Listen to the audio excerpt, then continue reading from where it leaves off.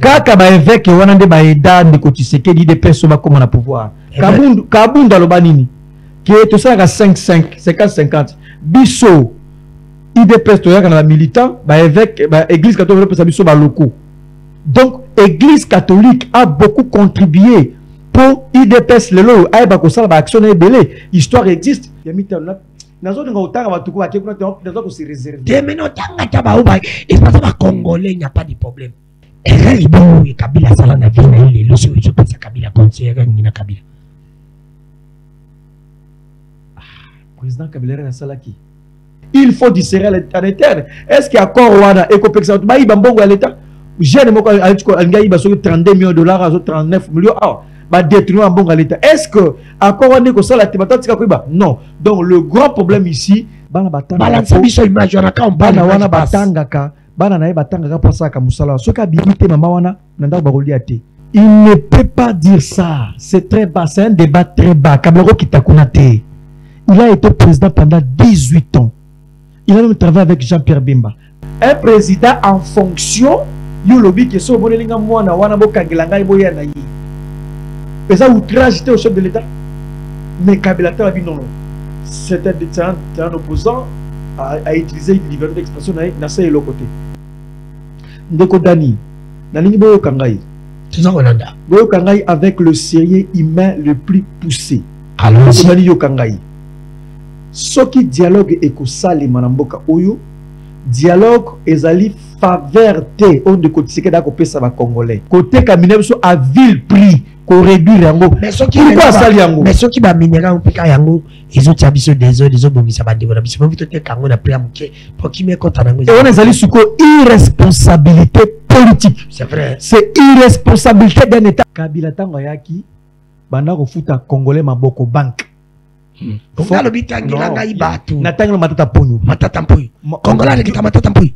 Sérieux. Na poste nini? Na poste qui premier ministre. Aleki soumino. Banka. Est-ce que maman soumina prinza? Est-ce que maman à part cause la maman a été matériel? Soumina le dollar et telemi. Mais na matata ponyo. Azala sodé mati soumino. Matata ponyo. Yena na bandi kosala wa benga bancarisation. Matata ponyo. Et là qui signe bancarisation. Matata ponyo. Et là qui signe que yo 100 francs na lumière na yo mbongo na yo tout ça bazali bank matatamponi yami bale bokende wana bamitu ko nyonso za kovutana bandiko ba ko souffrir baza kofuti sango ba pénalité biloka prem ya agricole okoka kuna ba monta ba $2000 ba $2000 ba $2000 na ko seka ina kokita kuna tika na bisolo ko moko kanga yango nazali politologue oyebi ke na 1960 na table ronde na Belgique. Il fallait dialogue salema. Table ronde salema na Belgique. Ba Congolais ba komi kuna ba discuter. Mais na kati ya table ba se rendre compte que un Congolais n'était pas là. Livre était Kamiko le livre était en veste dans la tu allez un livre de promesses. C'est vrai. Le livre de promesses de Tshisekedi. Ils a qui combien de plus de 256 promesses non tenues. Na mandat pour le chaos. Mandat liboso de Tshisekedi da sala bato plus de 256 promesses. Na combien le livre de promesses de Tshisekedi. Ce mandat on a tome 2. Tome 2 ce qu'on a eu ma promesse à deuxième mandat. Donc on a 256 promesses. Il y a premier mandat, na deuxième mandat et un mandat qui va prêter serment. Ma promesse c'est tout à ça il y a ça sous deuxième livre, le livre des promesses.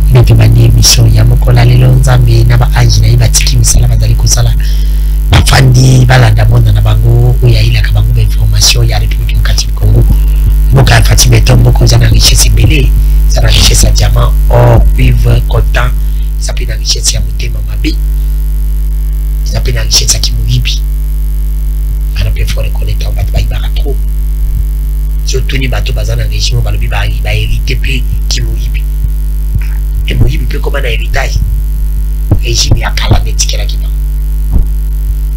ngala ko le pelo côté même si abatuna beaucoup les seuls et les uniques journalistes en bala na kana barrage atuna kami tuna na lobi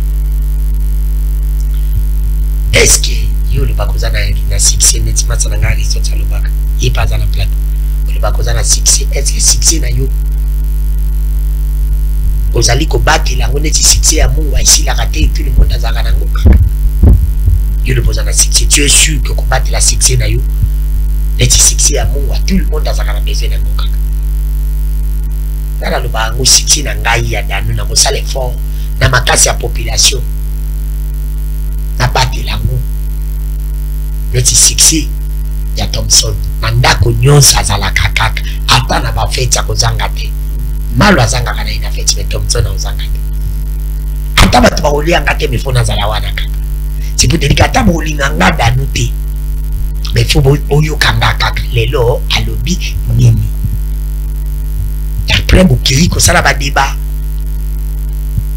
naza mpe na besoin te bato nyonso balinganga mpo naza mwasi te mais moi nazaka na besoin bato nyonso bayokaka ngai yango nalobaka les seuls et l'unique journaliste congolais nzambe alandaka tala ye nde alobaka lobo mbongo na ngai esika me mbongo na ngai esika moyoki ngai yango nayebisi mama kanga resho kende kobenga papa na chambre bandeko dano abandi yebisa bana batika makelele balanda journaliste nzambe alandaka na baange soki ngai nasilisi opesi bango télécommande batina bango novelas po aprenga eloko mosusu ezalaka te mikolo mati eza te on a retourné bana basi ba question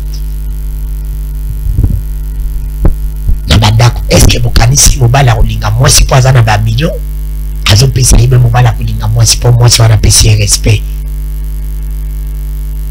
est-ce que respect besalaka ke mobala alinga mwasi ubeza ba million ubeza beauté ya mwasi besalaka ke mobala alinga mwasi si oza kitoko oza na mbongo oza na nyonso est-ce que mobala kolinga opo nango akobala yo pona ngobe mobala akobala opo pesi respect considérer a mama ye opesa na réponse lelo na koyamba nani na koyamba mona mbuka Aristote Ngarimi ya pepe de kala na ya bay kala nonga ya mite oso yamba ngai ya bay kala de l'autre côté oui na ya bay kala ya nakona timie lelo azali invité na mona mbuka Aristote Ngarimi mbote mbote ndeko Denis Kafula Kefula merci na ndeko bengi singen ko lebele na éviter pourquoi au bengi sara mingi susu ba communicateur à PPRDT est-ce que besoin qui sanction moko ba ebisa ki bino faut pas pesa ka bande ko PPRD maloba est-ce que PPRD na c'est à discipline moko boule to baraté mais au moins na CP no bengi singa inga nazali à PPRD nazali Aristote Ngarime secrétaire national en charge à communication et médias ya PPRD nazali moko ya PPRD PPRD zali na président national nango komone Joseph Kabila Kabange président national secrétaire permanent Emmanuel Ramazan Shadari ngai wana communicateur na kati ya PPRD mengene obengisi PPRD oyo ya Kabila oyo aza ko soutenir M23 oyo aza na rébellion ata mokolo moko te tokotika jamais ko soutenir rébellion toza plus na approche ya koluka kimia bato bazo comprendre démarche ya Kabila te bato ba comprendre eloko Kabila ko luka te Kabila ko luka ndi kimia aza ko luka nini kasi entre Kabila zo luka kimia entre les deux parties parti ni na parti ya boso ba ndiko baza na kati ya Goma obaza kuna na Goma na ba obaza na Kinshasa Joseph Kabila Kabanga linginde kimia aibisa ayoki bango quel est votre problème pourquoi vous avez simba mandoki pourquoi bolingi non tolingi kimia kota na mboka tolingi ba considérer biso tolingi dictature sila tolingi pauvreté sila ayoki bango ayoki pe donc Joseph Kabila Kabanga na Goma azande pona kimia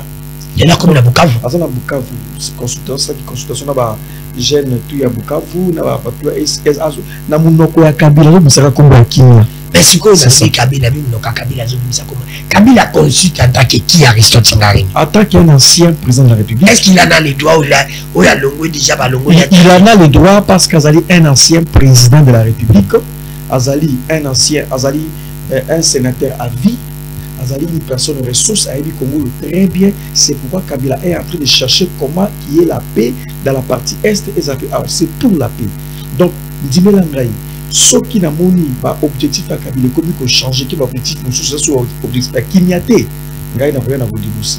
Est-ce que aussi longtemps que aza koloba kimia il veut la paix kimia ko mboka Joseph Kabila c'était un homme de paix. Kabila nda luka kimia na mboka oyo soki lo tobeta lisolo ya kimia na mboka oyo Joseph Kabila kabandi. Comment ça? Uto Kabila kota na bokonzi azala démarche ka moko ya koluka kimia. Joseph Kabila kabanga zubo le monde bazubo bokonzi na 2001. Ayaki na baboti. Oui, mais tant que comme ya moni mboka ezali divisé. Tomo ya kaboti te boti ezali sapato wala ta ezali normal boti ezali comme abeti. Ngaba ko ta boti pour la chola ti yango. Bato ba caméra zo monate, bala ba zo ko la ti lo boti. Voilà. Voilà. Ça dit que boti ezali comme abeti, ezali comme malamu. C'est un symbole de la libération. Tant que Kabila zubo ko na 2001, ndeko danu pona boyi bisaka batute. Que mboka ozaka divisé. Pourquoi vous pouvez vous rappeler que Jean-Pierre Bemba, Azaki chef rebelle, seigneur de guerre. Pourquoi vous pouvez RCD, KML, Joseph Kabila Koutamboka Ozaki divisé comme un jeune 29 ans et plus de paix. Pour ça, Kimia Kabila, qu'est-ce qu'il a fait? Andimba Koutabande Koneba Fanda autour d'une table pour solo là. 1 plus 4. Et ça dit parce que Kabila qui répond à Kimia. Donc, comment la brassage, mixage, Gezaki Kabila, on va bosser la Gezaki accord politique ou le cinéma qui n'est pas cité. Donc, Kabila la Katine, c'est un homme de paix. Normalement, le coup, pourquoi Bouya comme un président, comme le président Bouya n'a eu brassage n'a mis ça. Non, Hassan dit bien, oh là là. Intégration conditionnelle, intégration, accord au Cap, tu sais que la signé la carte, tu connais le comme il y a brassage, tu connais le en français, comment ça? Voilà. Kuna oleba comme brassage et mixage, kuna comme intégration conditionnelle, intégration. Intégration qui est le concept en anglais. Namboka ba anglais, ndema komela ki amana et la qui mixage, brassage, il y a aussi passé qu'en français. Donc même l'actuel président s'est signé déjà en Dima Kamone Salema. Donc maintenant que Kabila c'est un homme de paix. Kabila aime la paix. Kabila vit pour la paix. Kabila sait combien ça coûte une rébellion, combien ça coûte les désordres. C'est pourquoi sa jeunesse ne peut pas le voir. Donc, dans le cas où ça va retenir le peuple congolais, il est là qui pour la paix. Est-ce que Moni Kabila a vu garçon Moratin de l'élément lettre?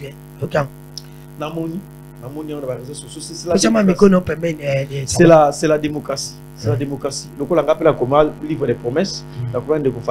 C'est la démocratie. Livre des promesses, c'est comment? Et c'est Bima. Ils ont livre. Livre de Kamikole, livre de dans la chose, livre des promesses. C'est vrai. Le livre des promesses de Tshisekedi. Ils ont qui combien de plus de 256 promesses non tenues. Na mandat pour les KO. Mandat Liboso de Tshisekedi dans Sala bateau plus de 256 promesses. Na comme le livre des promesses de Tshisekedi. Ce mandat on a tome 2. Tome 2, ce qu'on a eu ma promesse, il y a deuxième mandat. Donc, il y a 256 promesses. Il y a premier mandat, le deuxième mandat, et le mandat qui va prêter serment. Ma promesse, c'est tout à ça, sous deuxième livre, le livre des promesses. Donc, régime de Tshisekedi, ils allaient caractériser ma promesse non tenue. Ma promesse n'a pas promesse. Bakambakambo kana ba promesse était nation na zubo konzi na kozo état major na comme na est et salemate nation na zubo konzi yo policier okofuta okoso mandat na salaire na yo policier okotangisa na salaire na yo to mone angoti de kotika ba yeso ki azubo konzi ako diminuer to ya pauvreté na Congo abi pauvreté kita makasa ko diminuer ngo to mone angoti de kotika ba kiso ka zubo konzi chômage ekosila aki musika lobi yeso azubo konzi soki qui est continue à STT et ça le coup a échoué. Donc plus de 256 promesses documentées, vérifiées dans le livre de promesses, na teka ba na poto ba somba yango comme pas possible et sur les bimika ba zonga bango aussi ba somba yango comme pas possible. Ça na électronique, na ko teka ba na électronique. Donc le livre de promesses de Tshisekedi.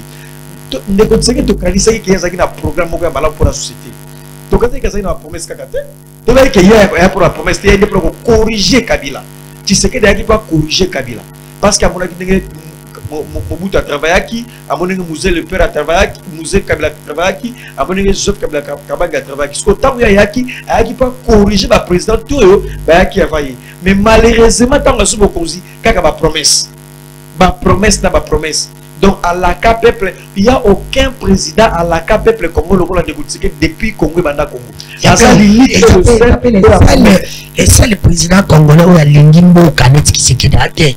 oya ba brassage oya kolinga mboka wana pona bino eza kolinga mboka eza po bato bakomi ba pauvre kolinga mboka ezali poske banzela ezotonga matin na Kinshasa kolinga mboka ezali po ni parce que bato bakokufa na este kolinga mboka ezali po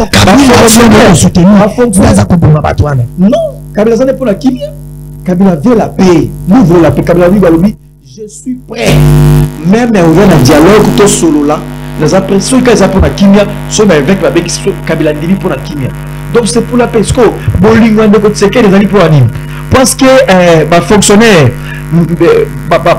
baza ko vivre te ko mieux peuple du mois de la salaire na bango le que matina wenze est-ce que le pouvoir que la commission soda congolais prime à $500 pour prendre accepter les autres yoka soda na 500 c'est oublié mon cocaïté armée il y a le bien une armée organisée structurée ils ont les sous mon ami son nzambe ils ont les sous mon ami son bako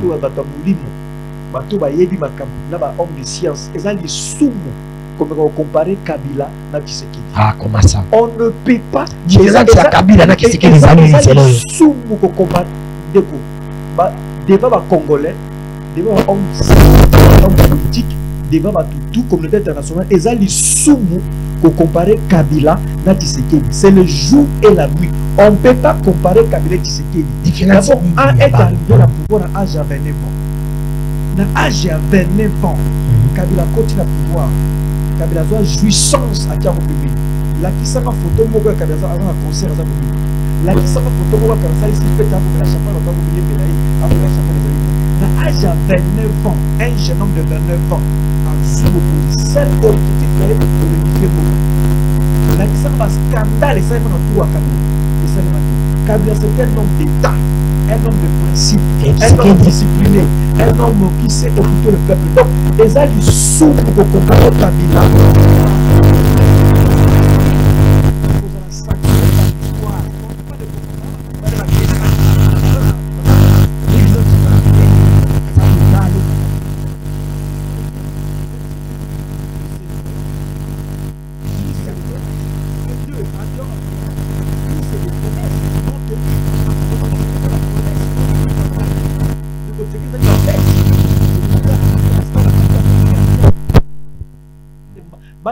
il est proche de la population. Voilà, il est proche de la population. Échangeani na vie ngana yo. Le fait que beta ki bal na stade, échangeani na vie na biso nani. Congolais no échangeani na vie na. Donc, ezali sumu ko comparer de ko Tshisekedi na de ko Kabila. Moko azaki vraiment un homme d'État qui a aimé la République comme on est Kabila. Il a travaillé, il a sacrifié sa jeunesse pour la République. Kabila a laissé un héritage. Oh ya simane azo héritage joana. Akuti mbongo na babulu, akuti armée, détournement, akuti entreprise, akuti ba élection, akuti na constitution et salema et mis en place. Il ne faut jamais, peuple congolais, il ne faut jamais et alors jamais il y a comparer Ndeko Kabila na Ndeko Tshisekedi parce que bato balé ba keseni na kati na bango c'est le jour et la nuit. Kabila c'est un homme qu'il méritait à la présidence la place là parce que Kabila il a tout donné pour que ça uni. Vous voyez que Kabila lui il prenait pas le Congo comme l'autre qu'on avait privé. Ce que Kabila moni a avancé à qui a moni même de quoi opposition yo azan makanisa malamu na ko makanisa na tia apombo tribuso Kabila était prêt pour la stabilité à Boka aïba ko yo ka bande ko opposition Kabila qui prêt à ko kanga même pas Tshisekedi le père Tshisekedi le père na Boka o ya lobi ce que mon linga jeune wana bo kangela ngai boya na ye awe pa ina ngai wana pour élection salema qui en 2006 un président en fonction 2011 un président en fonction yo lobi que so bonne linga mwana wana bo kangela ngai boya na yi pesa outrage au chef de l'état mais Kabila ta bi non c'était un opposant à utiliser une liberté d'expression na ce l'autre côté combien de propos durs et sévères et cette série à l'endroit de Kabila Kabila enquête a été mais Kabila qui c'est pas kanga chadalité ozomona la chadal na malobani alobani il faut alobani il faut pas nous intimider. Quand comparer Bangote Kabila c'est un démocrate de causa li sumu même ba ange ba ko sepela na ote ba ange ba ndarayo alandaka ngai so ba ko sepela te to comparer Kabila na Tshisekedi ba kokanité ozo mona te ba kokanité ozo mona te qu'est-ce que l'autre ndeko na kamambo ozokola teke ndeko tozala entre biso ndeko danu Danu Joseph Kabila ye a telemi aw ndeko Tshisekedi pe a telemi aw na makambo ko kabamboka sérieux volonté l'amour du pays ko sangisa ba Congolais ko unir ba Congolais entre les deux, celui qui a vraiment de l'amour du pays, c'est Kabila. Pour toi, l'amour, c'est quoi? L'amour, c'est en effet éviter le tribalisme. C'est ça l'amour. Du pays, c'est quoi? C'est ça, notamment le patriotisme, qu'on appelle congolais. Ozokoka. Comment le tribalisme. Qu'on nomme muté pour azali mutu nanga espace nanga longola tribalisme longola népotisme onde kunanga mona ya mosi onde leki ya mosi nanga tout ça linga congolais nyonso ko kabla congolais te okabola bango te linga wa congolais longola tribalisme ezali thermomètre za muto alingi pena boka ye apona raté ka soza congolais ba compétence asangana na bato yango wana tiko souffrir ba congolais te en fait injustice c'était au sommet de l'État, l'injustice au sommet de l'État. On a visiblement que vous avez injustice sociale et salima. Donc, entre les deux, Joseph Kabila Kabange, c'est le jour et la nuit, peuple congolais a limbi sabinoté, si vous comparez les deux personnalités là, parce que Kabila, il a aimé la République. On n'a jamais humilié un homme comme Kabila. Kabila, c'est l'homme d'État qui est le plus humilié. Est-ce qu'on dit que le lot va salir Kabila? Na Congo, et puis c'est la chef d'État tout africain Mayele. Beaucoup de chefs d'État africains lelo bazou li kanisa otika sous pouvoir ti. Ba président belela ya Afrique. Ba comme ko zo Kabila lokola exemple. Lokola modèle. Yona ebisa ndoko. C'est que la BBC. Makasi et loko de ko tsekela a BBC a ko bloquer et là ya alternance en Afrique. Et là, il y a alternance en Afrique comme il bloqué le comportement de Tshisekedi à Saliango. C'est-à-dire que le président tout africain va comme il banga lelo. Attends, si deux mandats n'a rien il faut changer la constitution. Sauf qu'il y a la passation civilisée dans le pouvoir. Natika Mutuso ya Simanangai, Tala Makamasali Kabila comme jurisprudence. Kabila. Kabila, oh, le Lazali humilié alors qu'il mérite un peu de respect. Kabila Zali pour chasser.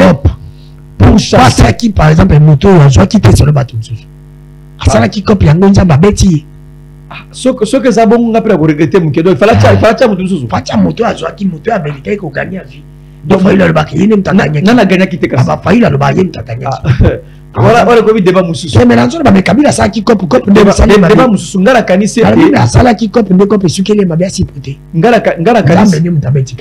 kanisi qui ezali constitution seulement qui dit à Moussala, Seigneur Sassali, Koukoso qui dit à Moussala Nango. Le reste, c'est l'histoire de juger. Donc, Fayu la récupérer pouvoir, Abakazwaki, Kabila Dasala qui cop. Akanjaki Kuna Bakoyine, mais Babeti Moussi. Allez, tete. Ce qui a sonné aux yeux qui s'en va, Ngai, bon, tu as ce babou, le point de vue Nangai. Ndeko.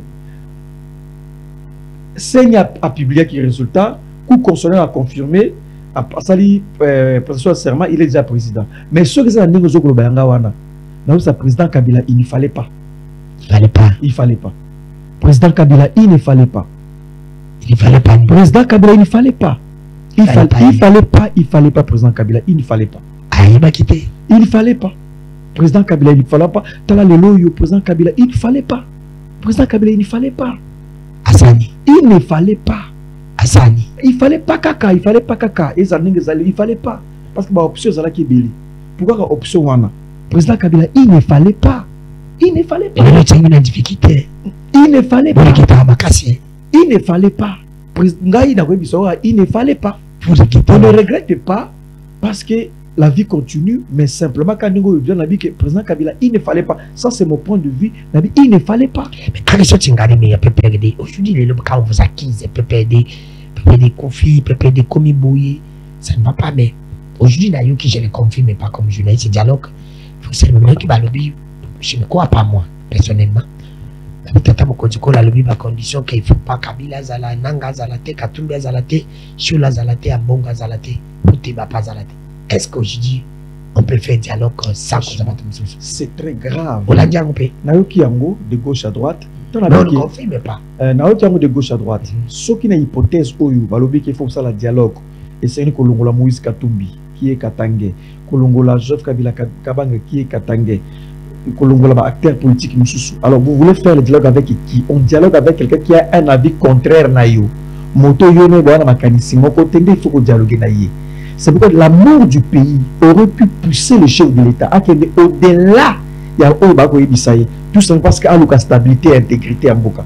Lorsque le chef de l'État ne sait pas se dépasser, à l'intérêt supérieur à Mboka, lorsqu'il ne le fait pas, ça pose un sérieux problème. Donc pour nous, nous disons que si tel est le cas, nous regrettons profondément. Nous, quand c'est un Kabila Kolinga, dialogue ça à l'époque. Oui, le Kabila, Kolinga Batou, avec le non, non, attends, on a un point de vue différent, mais pour l'amour du pays, pour l'intérêt supérieur, pour l'amour du pays, voilà la raison pour laquelle la ligne de donc le dialogue, il faut dire ça, Tata Mokoziboué, Ndeko Dani, la ligne de Kangaï. Avec le sérieux humain le plus poussé. Allons-y.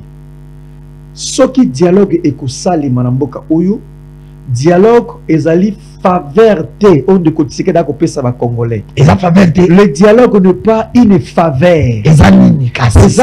Na bande lisusu dialogue ce qui que ça les mana Congo ba imboka ba fandi ba imboka kutani pour ba solo ba réfléchir ndenge ba évêque ba ko senga to moni likanisa ba évêque ezali malamu pour réfléchir mais dialogue ce n'est pas une faveur on de côté que da pesi ba tu faveur.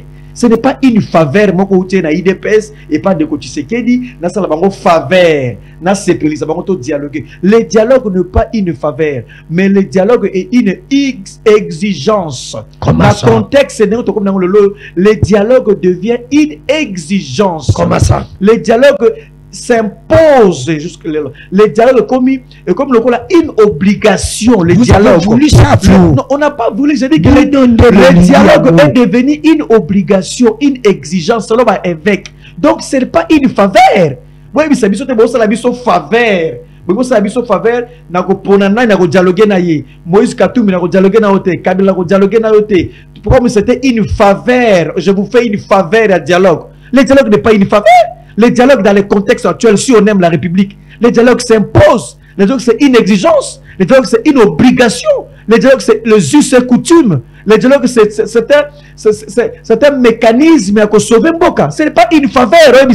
Tu vois qu'on a un dialogue comme si on nous fait une faveur. Si on n'a pas cette faveur là comme dans notre dialogue, nous allons mourir tout de suite. Non. Le dialogue n'est pas une faveur. Le dialogue c'est une exigence. Et je crois que Batao Kamamboka bakoeba bako réaliser que ndenge makambo kendi ndenge mboka za kotambola suko to comme une crise multiforme, une crise multiforme yango to appuyer par Kabila provoqué par l'incompétence de ce régime, l'incompétence, la jouissance de ce régime. Ça dit que ce n'est pas nous, c'est le régime qui est tellement par terre à la hauteur du peuple congolais. Donc dialogue c'est une faveur que nous donnons au PPRD ou soit congolais. Ce n'est pas une faveur, c'est une exigence. Nous pensons que les caniciens avec te ko enrichir ngo te ko rendre ngo perfectible te ko tia bango poids ko ebisanga te que c'est une faveur wana c'est la tabokete. Comment ça mon amour? Parce que le bique je mona te que tata mokonjiko la lingi pekota alobi mamoni bato baza ba problème ou ba créer problème. Il ne peut pas venir comme d'habitude que mutaki asimi mando ki ba yiba dialogue ni mutaki ke pom ba yiba dialogue ni. Non.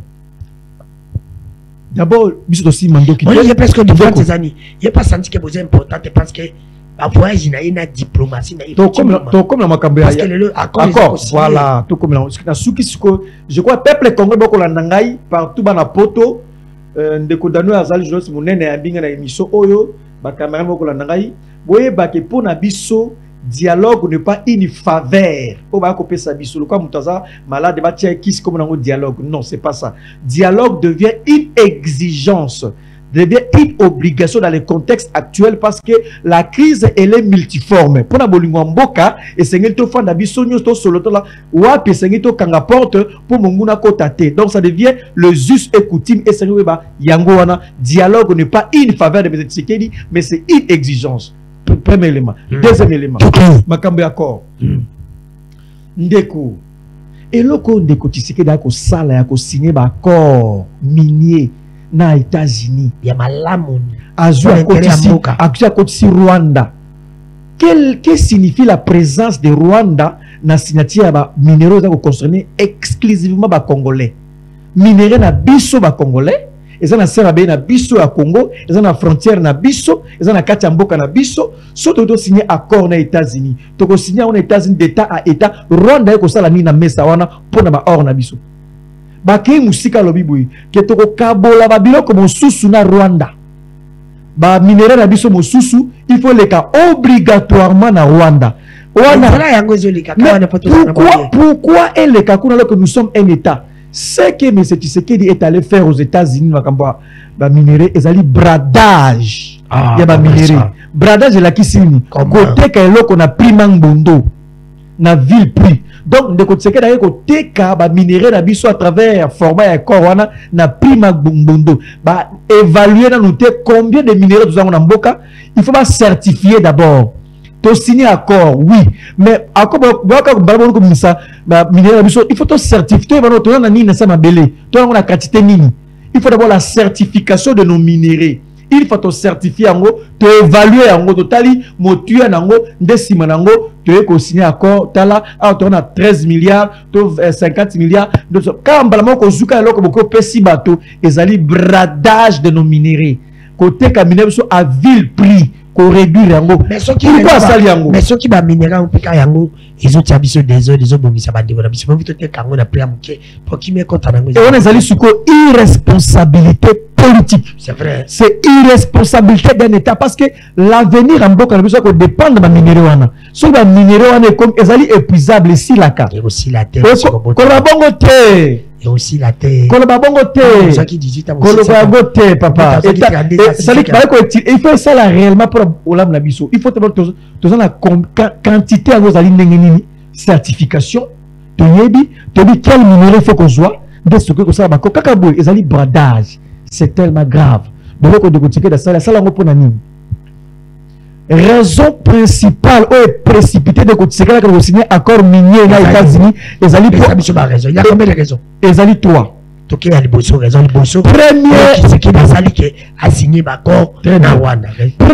raison, il y a des Kotseka d'aller signer accord aux États-Unis, à Bengispe Rwanda à la PB, ils allaient pour protéger Fauteuil na Yekitine à Kibokonzi. Comment ça? Donc, de Kotseka a signé accord avec l'idée ya Kitinaye.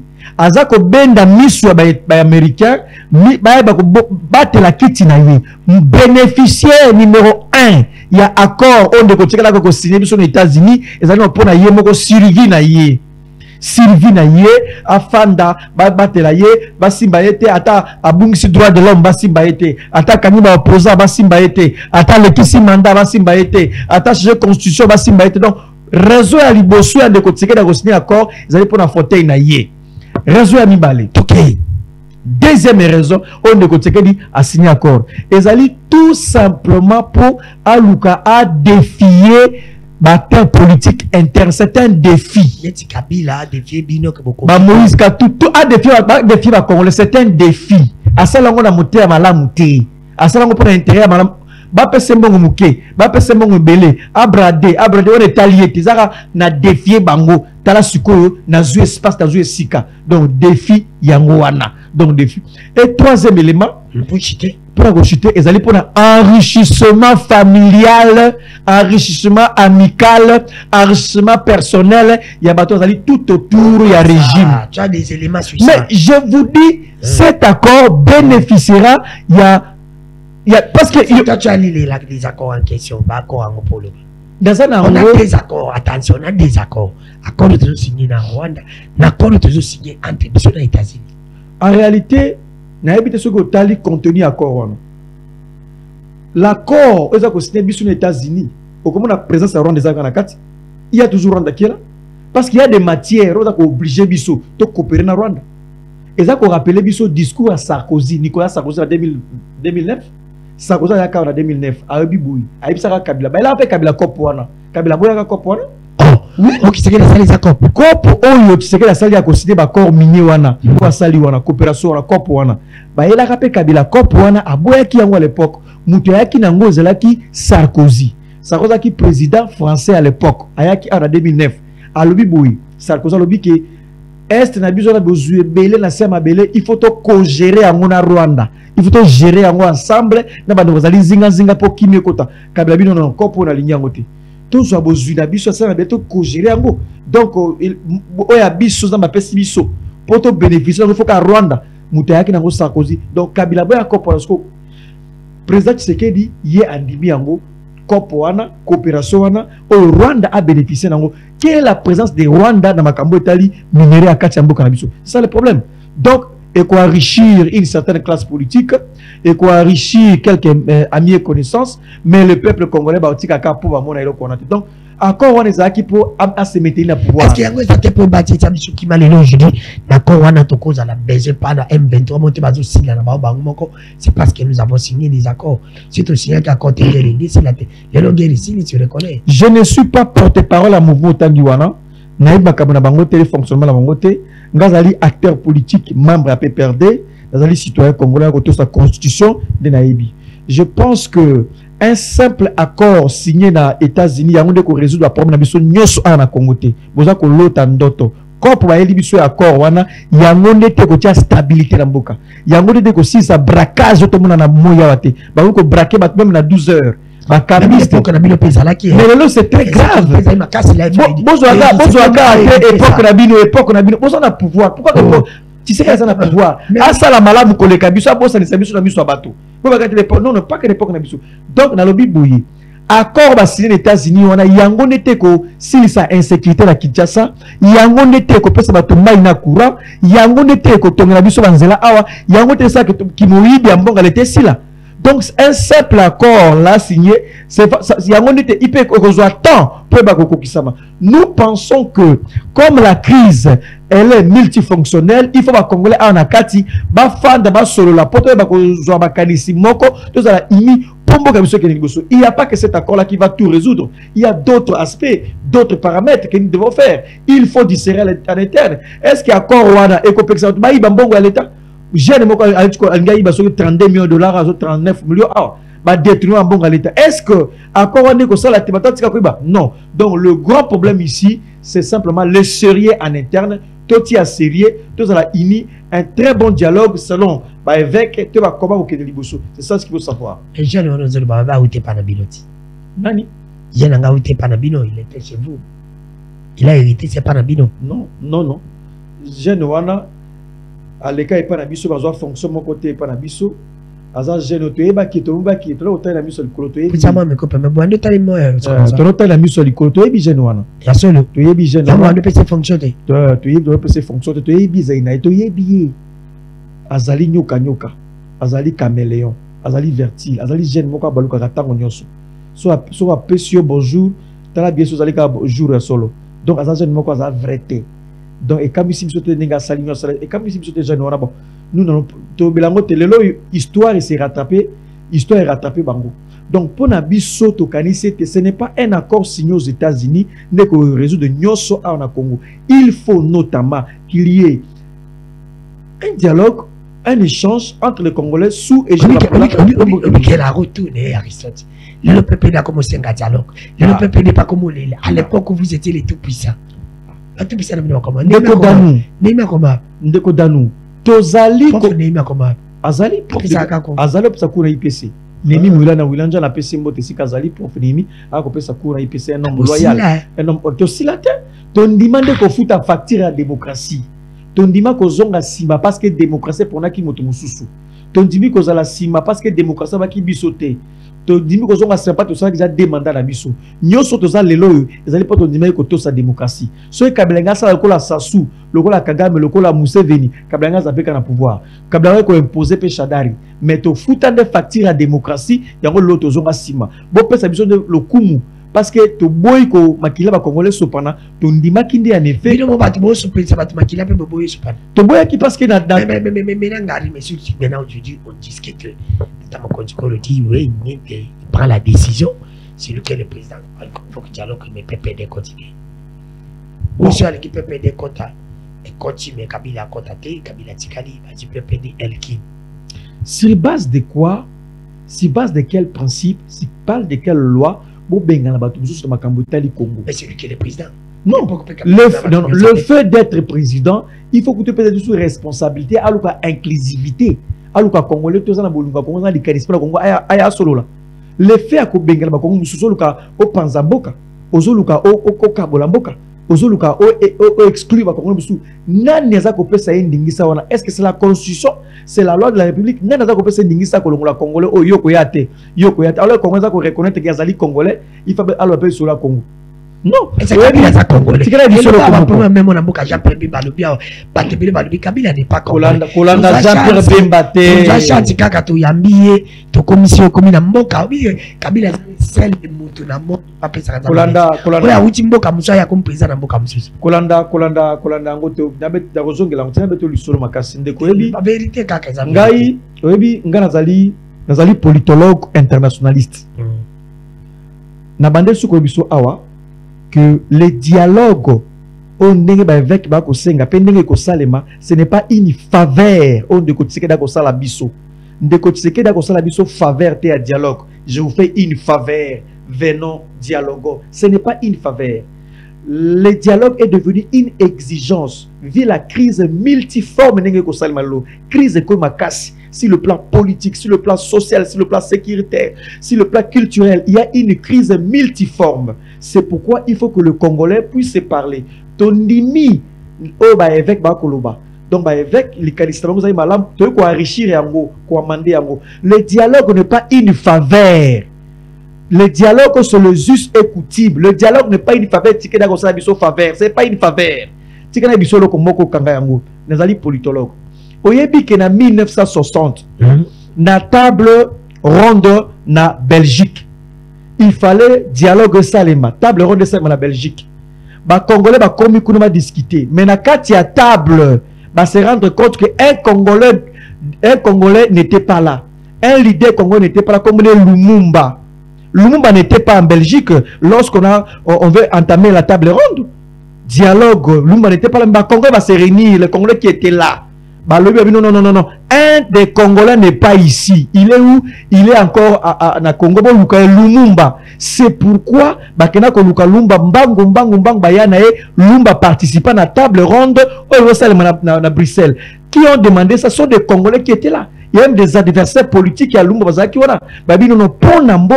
Et Sengeli, Lumumba passe à la table.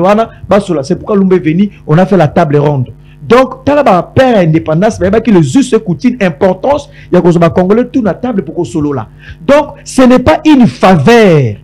Tu sais qu'il n'est pas en train de faire une faveur aux Congolais. Je vous fais une faveur. Venons dialoguer. C'est une faveur. Le dialogue n'est pas une faveur. Le dialogue, c'est une exigence. Le dialogue, c'est le juste coutume. Dans la table ronde, on est allé chercher Lumumba alors qu'il n'était pas là. Lumumba est venu participer à la table ronde parce qu'il était un Congolais qui incarnait un courant, une pensée, un leadership. C'était ça Lumumba. Donc,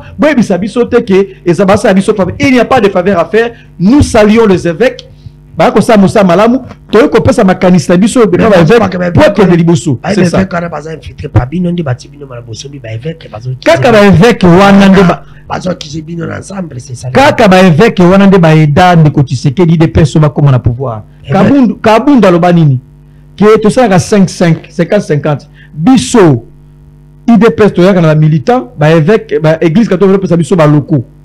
Donc, Église catholique a beaucoup contribué pour IDPS. Le lot action histoire existe. Le lot comme il a pouvoir l'Église catholique. Qu'est-ce que l'Église catholique n'a pas fait? En 2016, même dans l'accord, tout dialogue, l'Église catholique a toujours joué un rôle important.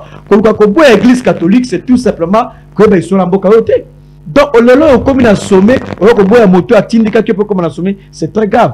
Donc, nous respectons l'Église catholique. Exactement. Exactement, ça j'avoue. Il y a une stigma, il y a une loi celle-ci. Mais comment le loi lis-moi celle-ci, lis-moi c'est celle-ci tout ça va pas et lis-moi Mais il y avait des lettres, il y avait des mouvements, il y avait des correspondances. L'Église catholique, à l'époque, a joué un rôle important pour le IDP, ça comme si Kazali. Ce qu'on veut comme l'Église catholique, Cholayate, Ambongoyate, alors ça comme histoire. Donc, je répète encore ce que je dis, le dialogue n'est pas une faveur, le dialogue c'est une exigence, parce que le dialogue, ça fait partie de nos us et coutumes. Même à la table ronde, on est allé chercher un Congolais qui s'appelait Lumumba, qui n'était pas là au départ, pour participer à la table ronde, parce qu'il incarnait un courant de pensée. Donc nous allons appuyer les évêques. Vous allez appuyer les évêques. Aujourd'hui, maintenant, qui peut se par rapport à Batomino Bobomaki, Batomino Bobengana qui est l'église, Batomino Boboaki qui est bagage dans l'église. Tout ce qu'on voit avec l'évêque. Tata à Molimo, bazaba tata à Molimo, même battu bakati lokuta, obeta basango, lokuta, lokuta, lokuta, tobeti basango te, ngai nazali catholique, nazali tosambela na catholique, nazali na mambo elongo, pangala, ipalangana ki lokuta, oshimu kendi, akenda wapi bino, oyebi eloko bolobaka wana, est-ce que bino bomona Kabila? Alata teina qui était dans nzela lati asimi arme ko beta rosik mais batango be régime na bik ce n'est même pas ça oh bino bo sala lelo to le bapel koda suko nana boma sheribo okende to tanga nani sheribo okende akufa to le banana boma sheribo okende so ki bolobi ke rosik ke c'est Kabila et bon sheribo okende to bazana nani. Donc Kabila n'a jamais été sur le terrain, ça la masse à Pexavatoire. Non, il n'a jamais été ça. Donc nous regrettons tout ce qui est arrivé. Bisso, c'est tout simplement la démocratie de Kangisi Bisso Kimia. Mais quand on dit que par exemple, on dit que Kabila n'est pas congolais. Mais que Kabila n'a pas ça comme pays. À côté de Kabila est plus congolais que Bemba. Kabila est plus congolais que Jean-Pierre Bemba. Jean-Pierre Bemba n'est pas en soi congolais dans son comportement, dans ses habitudes, même au niveau de sa propre famille, ses frères. Kabila est plus congolais que Jean-Pierre Bemba. Kabila est plus congolais. Bemba, lui, en vertu de quoi? Bemba est devenu médecin. Bemba est devenu le juge naturel à Kabila. Le juge naturel à Kabila, c'est Jean-Pierre Bemba. Oh, il y a le Bézala. Jean-Pierre Bemba, c'est une distraction. Mais tu dis que Kabila n'est pas congolais, Bemba n'est pas les seuls. Mais ce que Kabila n'est pas congolais, en vertu de quoi? Est-ce que Batouana Bazala kana papa à Kabila na chambre? Ya kufa katandikoli ba kuyizo Kabila kile mataka. On dit sina kufa on nebi na kufa. Mukuna lobo yango ande salika za congolais. Non. Et kana ina ndeko na ya le pays est tombé très bas. Toko est très bas. Jean-Pierre Bemba n'est pas le juge naturel à Joseph Kabila Kabangi. Jean-Pierre Bemba n'est pas médecin traitant pour Aden Amoutou. Jean-Pierre Bemba n'est pas le père de Kabila. Jean-Pierre Bemba n'est pas de la famille de Kabila. Comment quelqu'un qui est de très loin de la famille, il y a qu'à confirmer alors qu'il va avoir 4 affaires besoin le contraire. Est-ce que lui il est devenu le médecin traitant? Il était proche de Kabila pendant un temps. Au moins, il y a son lobby. On a un lobby. Le boko lukanga na aner lukanga na demiap oka bakanga oka basuka na boko loba otemeza pomme ma na makamuri nga banka makabela pemba na yebi so na bien sikoyo le boko tanga on proche ambe batende Kabila zaki proche na onga na yebi so na bimisango sikoyo le boko lukanga na makala c'est parce que zali kadiosha ezalaki formol il n'est pas obligé. Kabila n'est pas obligé. Kabila tikana nzamba zalakawa mondi to semission nzamba za Kabila bande kolobate to zaki abeti sukara university kara lelo mutabande kolobata komolo baba komolo nzamba salike baba sikwa nzamba na Félix Tshisekedi alobisi baba mais ko baba komolo baba palo ba ibisa biso pe vérité que te nazaka boyi. Il ne peut pas dire ça. C'est très bas, c'est un débat très bas. Kabila Kitakunate. Il a été président pendant 18 ans. Il a même travaillé avec Jean-Pierre Bemba. Jean-Pierre a toujours une question, n'a jamais travaillé au travail. Azara vice-président chargé économique et financière, a toujours jamais Kabila wana. Azara jamais révélation wana. Tout le temps, Fanda Salango jamais. Kabila a géré la République pendant 18 ans. 18 ans après, Yozo Bisek n'est pas congolais. C'est très grave. Tous les documents Kabila a signé la première la constitution, il est congolais. Ça dit que ça va pas de ça. Ça c'est trop pas se justifier à mon écho. son père est là, était là. Son père a clairement dit que mon fils, c'est lui qui a fait chuter Kisangani. Sa maman est là. Et il y a quelqu'un qui n'est ni de sa famille, il s'appelle Bemba Akwablo Rasolo Bala. Pour nous, c'est un débat dépassé. Kabila n'est pas congolais. C'est un débat dépassé. Là, le débat Moussoussou. Mais Jean-Pierre Bemba, est-ce que Jean-Pierre Bemba est vraiment congolais? Jean-Pierre Bemba est-il congolais de père et de mère? Est-ce qu'il est congolais? Jean-Pierre Bemba. Donc, est-ce que c'est un modèle, c'est une fierté.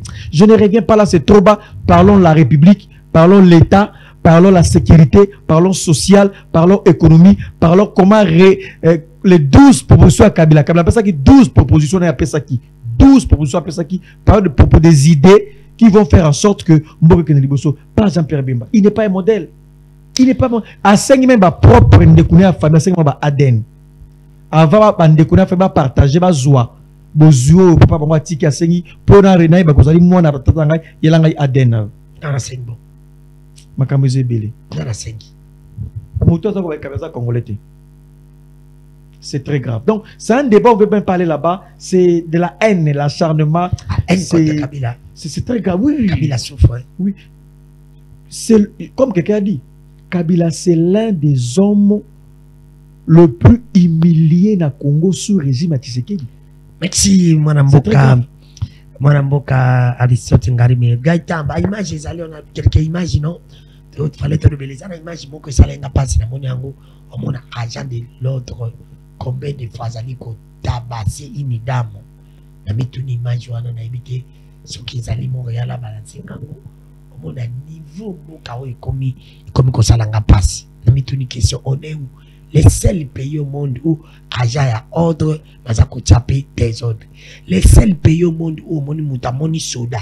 Policiers à combattre la yé. Comme peut côté des ordres. Les seuls pays au monde où on a tu qui na sengi na gaita balancer photo na boko mona ba grand car transporté au yememaka ba biloko ya agricole et biloko agricole ils ont il faut ta pénalité. Na mettre une question, il faut ta pénalité. Il faut ta pénalité bande ko boko mona ba grand car wana o bomoni wana ezali ko futa pénalité biloko yememaka ba biloko agricole za ko futa bokende na nzela bandundu nzela bandundu awa na mongata bokende wana ba mitu ko nyonso za ko futana bande ko ba ko souffrir ba za ko futi sango ba pénalité biloko après ya agricole okoka kuna ba monta ba $2000 ba $2000 ba $2000 na ko seka ina ko kita kuna. Je vais descendre là-bas pour nous faire l'investigation. Babi kuna caméra kota kate, téléphone kota ke balingi ko filmer te. Ba souche balobi batona ba kosenga cher balobi. Ezali ba Brazzaville, ce ne sont pas des Congolais. Soit déjà je les confirme mais pas que ba def ce qui ne continue le mbongo na campagne. Ya on mbongo na bango ba tindi bango ba tia banzela ba tia tracasserie na nzela wana. Tracasserie. Biloko agricole. Et faut ta pénalité. Bota la bami tukawana. On fout ta pénalité. On ça comme marchandise agricole. On commence à mi caméra mais on est où? Nzela ya bandundu Kinshasa. Nzela ya ba Congo. Na mi nzela ko ba Congo za pena na ba apa péage za pena na ninde. Mais nzela ya bandundu zo awati okende ka mboka ba base ko za ni place baza ko ministre kuna. On commence na modèle ya tracasserie za la kananzila wana. On kozwa idete. On kozwa idete. Alors que Kinshasa il y a mingi dans des provinces. Bandundu na Congo central. Mais bota la niveau. Balobi kuna mwaite balobi bazali ko nyoko la bato. Oh nana lobi journaliste on zambalanda kalupi. Et c'est la vérité. Ceux qui vous aboko je poti la biso image na boko mona indam. Oh bazali ko maltraité par agent de l'ordre. Batinga image na bino image ça fait très mal. Mon gars, image ça pour balancer biso. Et comment on va essayer de commenter. À mon combien de fois que le régime n'a pas bâti la qui héritage, il y a souffrance. Et sur la souffrance, c'est ça qu'on continue. Tous les images. On a beaucoup de c'est très grave. On a combien de fois on a beaucoup de ordre. Bangomoko faut bâtir l'ordre, bazo tient des autres. Et même tout le monde a une avancée là quand on envoie les gens. Et tout ça que bamon la balance. Quand on envoie les gens pour qu'on tient même ordre de placement quelque part dans Bukarabiso, ils allaient toujours des autres. Pourquoi oublier ça? Agent de l'ordre, ceux qui ont zali, il faut tout le monde en sécurité quota. il faut tout le monde sécurité côté, il faut tout le monde assurance, protection commis. Là, on a beaucoup de temps, un agent de l'ordre, tu as l'impression comme ils sont insécurisés. Or, agent de l'ordre, il faut savoir que peut soit pendant kimia, assurance, aux appels protégés. Image na image na ezali grave. On maman on a ba alem su ko luka. Misal ezalité. Maman on a ba kende ke ko luka po ba leisa ba famille. Bana batanga. Balance biso image wana ka bana wana batanga ka. Bana na ye batanga ka pasa ka musala. Soka bimite mama wana nanda ba kolia te. Soka bimite ba ko futa nda kuti. Mobali na za suna musala te.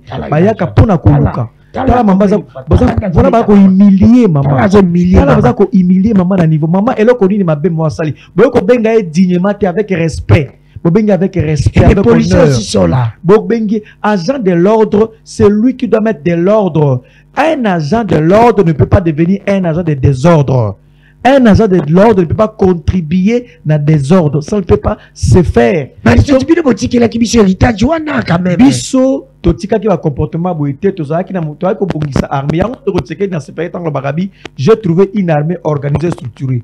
Totiaki armée na schéma moko ya ko bongisa ngo c'est perfectible et ce n'est pas même une raison.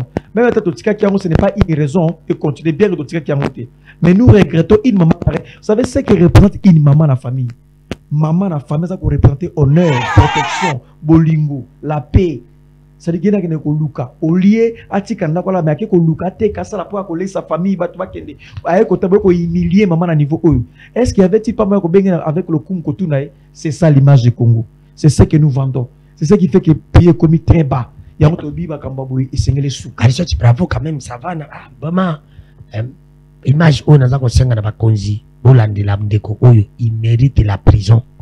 Il mérite vraiment la prison. C'est grave. Aristote, mais tout ce qui est 8 minutes, tout d'abord, tout ce qui est barré, qui est 1 minute. Ça va quand même, il faut se faire la fatigue béton. Fatigue qui est bazando, ça va, monizando. Monizando, ça va, non? Mais c'est ça, mon abanzela. Est-ce que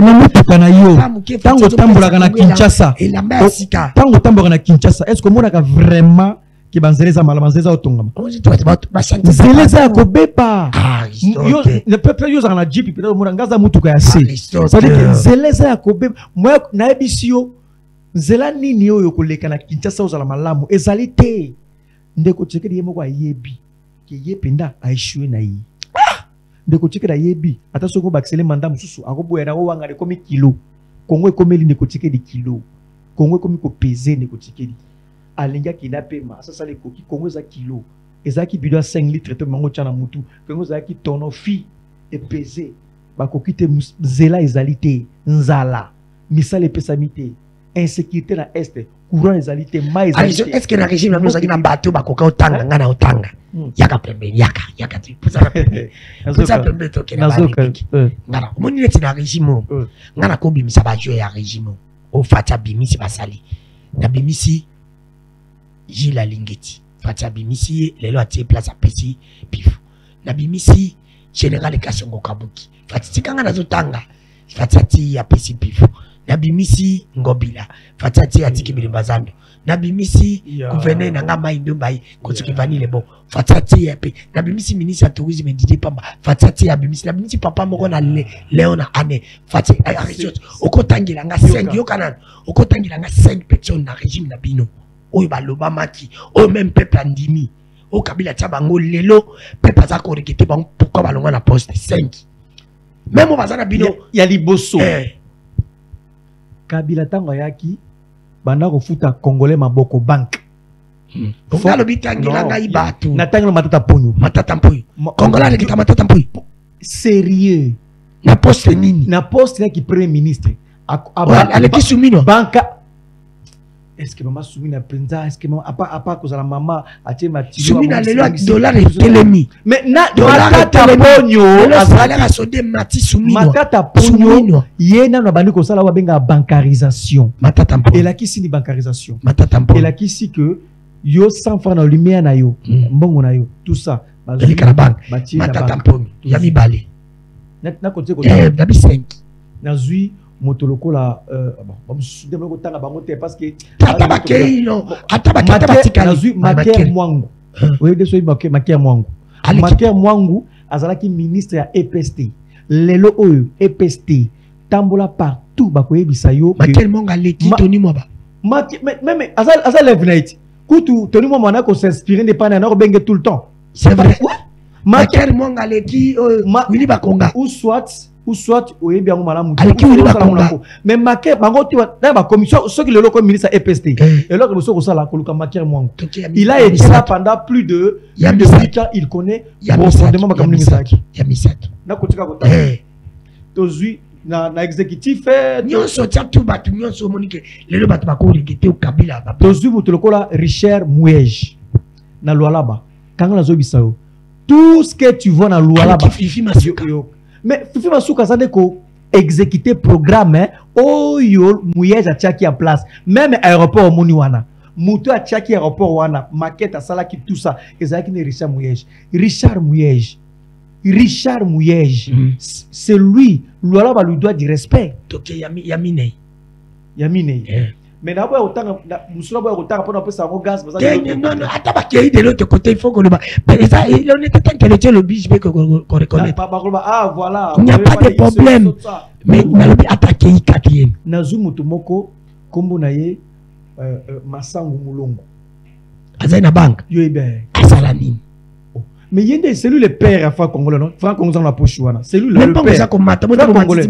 Oh, muta sabato sala congolais. Na ta bato Masangu Mulongo. Masangu Mulongo. Gouverneur ya ça sous Joseph Kabila Kabangi. Donc voilà où asali. Yamitango. Yamitango. Nazo nga otanga bato ko akekuna nazo ko se réserver. Te meno tanga taba oba. Et pas ça congolais, il n'y a pas de problème. Te nga tanga kombo na ngana ide luzolo bam. Akosala Luzolo, oui, c'est bon, il est là-bas, mais beaucoup de temps. Mais dans tout pour Nabiso, dans tout pour Nabiso, individu, bazali, mais tout le programme Nabiso, il y a reconstruction ya mboka. Est-ce que yo peut le Kana Congo et Bispa qui ne va se peler en Gobila? Ngobila, Gentini Ngobila. Gentini Ngobila. Gentini Ngobila. Gentini Ngobila. Gentini Ngobila. Mais c'est pas. Est-ce que on comprend Gentini Ngobila na André Kimbuta? Aleki musika. André Kimbuta. Aleki atiki nini? Ninga atiki zando leki me Afrique. Pour ça na permettre okende harisoti. Oko ibisangai. Mabe nini oyo monaka. Il pas fait qui c'est qui pendant 6 ans. Non, ma béni no moni na régime. Il y a qui c'est qui on a régime la béni tika pour ça les matin. Au collier pour ça peut mettre au sol. Et là qu'on a moni mingi. Il y a ma béni na régime. Ma bé koleka awa. Oui, tika ça ma béni na régime. Non. Et ça dit que ma bé ça toujours. Moki les arana ma bé depuis que ma bé c'est que ça raté. Ma bé ça là déjà toujours. Ce que ça va to et mati makasi. Hein? Et ma bé ça toujours. On a molo ko li bosso na moni leki makasi ezali tribalisme. Népotisme, clientélisme. Le régime. Au régime, Matima Kassi. C'est-à-dire que dans le Congo est comme plus divisé en termes de tribus. Au Katangé, au Baluba, au tout ça. Et Matima Kassi comme un le Coran. Dans mon angle, le Congo. Et ça la pose le Coran. Le tribalisme Matima Kassi. C'est comme la moni no moni pendant le régime. Au bilibo salango te mais Matipe Makassi dans le régime malam. Malam on a moni. Oh de boutique d'asali. Malamu nga na moni de kotike da sali ezali ko récompenser ba camarade na ye ya Belgique. Ba tout ayeba ki na Belgique. Bazu ba poste. Ba tout au Belgique, oyeba na Belgique tout ça. Ce qu'on entend de vous avez connu en Belgique, vous avez fait la matongue derrière un jour poste. Donc ce que j'ai compris à récompenser ba amis connaissance tout. Et bon Kabila sala na vie na ile loso je pense Kabila conseiller ngina Kabila. Président Kabila na salaki mais azali président national parti nangai na ko bisa on a la seule chose simplement na président Kabila on a mona querer asali c'est il ne fallait pas président Kabila il ne fallait pas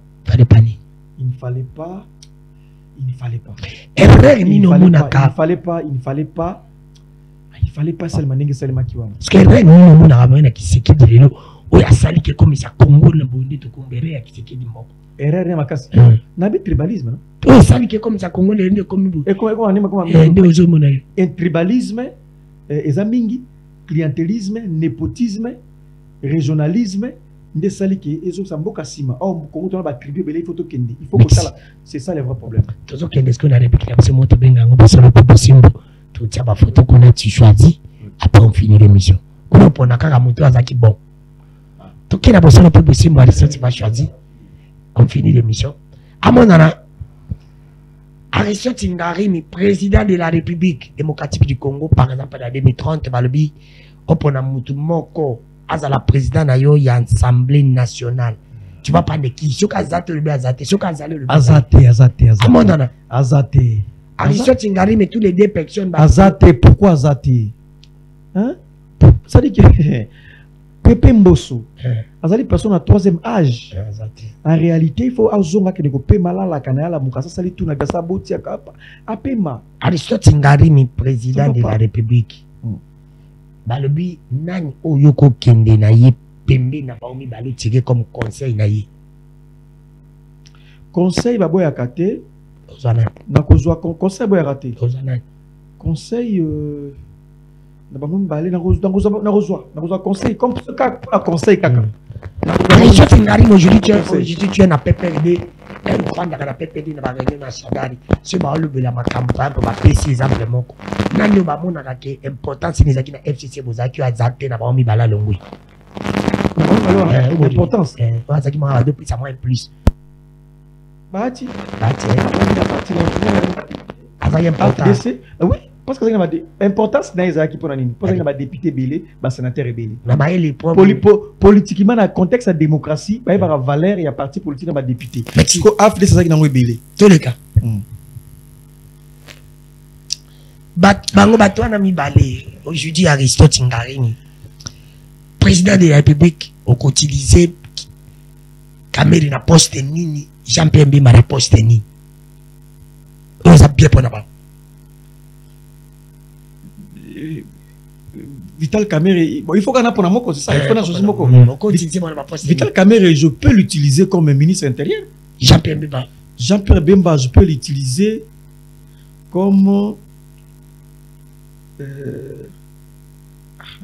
conseiller chargé de la matière de haine, de vengeance. Comme Tamabé. Quel est qui? Au comme président. Batouana mi balé, bazaba ministre. Oh ministre. Nani oko linga. Azonga ministre na poste na yi. Lelo soka azate le bazate. Oh monsieur c'est le ministre aménagement du territoire. Voilà monsieur c'est ministre de la fonction publique. So moni ke ba sa bien. So moni ke ba sa bien to bi ba on so ba sa. Ya ko zonga na poste na yi. Il peut travailler. Merci. Lelo Aristide Ngarimi communicateur tu passes à la télé. De quoi mi balé bazaba communicateur tu faisais des débats avec eux. Aujourd'hui, ce commis président Nanoko Zalazalachi, comme ministre de la communication, pour communiquer bien. Donald Kabasele, il est excellent, il est très bon. Kabasele Donald, il est très bon, très excellent. Je pense même il est en voie de devenir un homme d'État. Kabasele Donald. Il communique bien, il est intelligent et il respecte les autres. Merci. Et M. Sili. Je pense une minute. Na récapituler ma cambo tout rapidement une minute. Merci d'abord Ndeko Danou Nengo Yambenga une émission.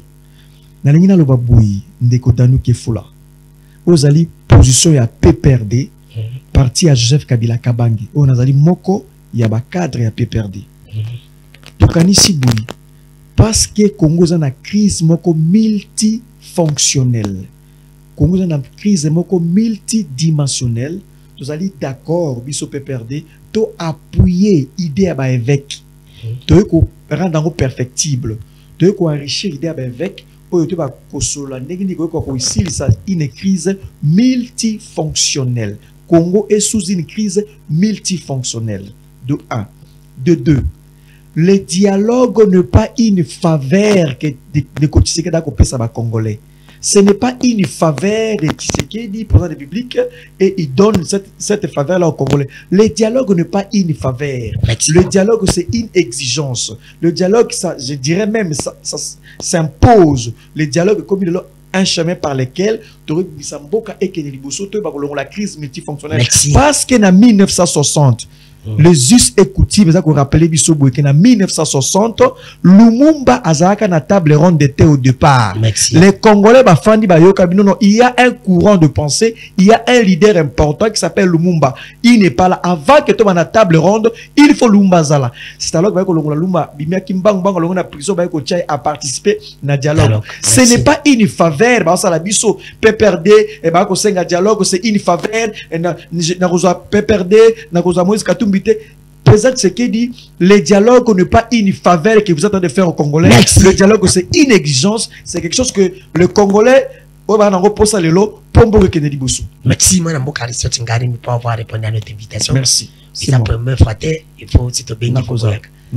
Merci na bande konyo balanda kibiso médecine équipe technique bo s'abonner na chaîne na YouTube ndeko dans nos TV ko tu s'abonner ou partager ezali bongo ngala za ko bango reconnaissance il faut qu'on reconnaisse musala ya mutu za ko beta c'était je l'ai dit à temps et à contre-temps c'est la vérité bande ko ide pete bande ko nyon sacré na zando we boza ko kumisa fati beto bo kumisa ngobila pe beto parce que zando salimi président fati président ngobila gouverneur ezali natif na bango mibali un point p nabi ke bande ko ba ko lo bango te mais vérité za bongo pe les sous je l'ai dit à haute voix contrat ya Monaco na contrat ya Milan ezali ba contrat où ils allaient qui bel et bien respecté na conseil des ministres et bravo na tous les deux ministres à sport Tite Bidimbu na ministre ya tourisme moi na mboka Didi Plamba nous vous donnons bénéfice de doute tous opé sabino 3 mois 3 ans 2 ans pour na bolande la biso ba contrat na tous ba installation sportive je l'ai dit en tant que journaliste na kei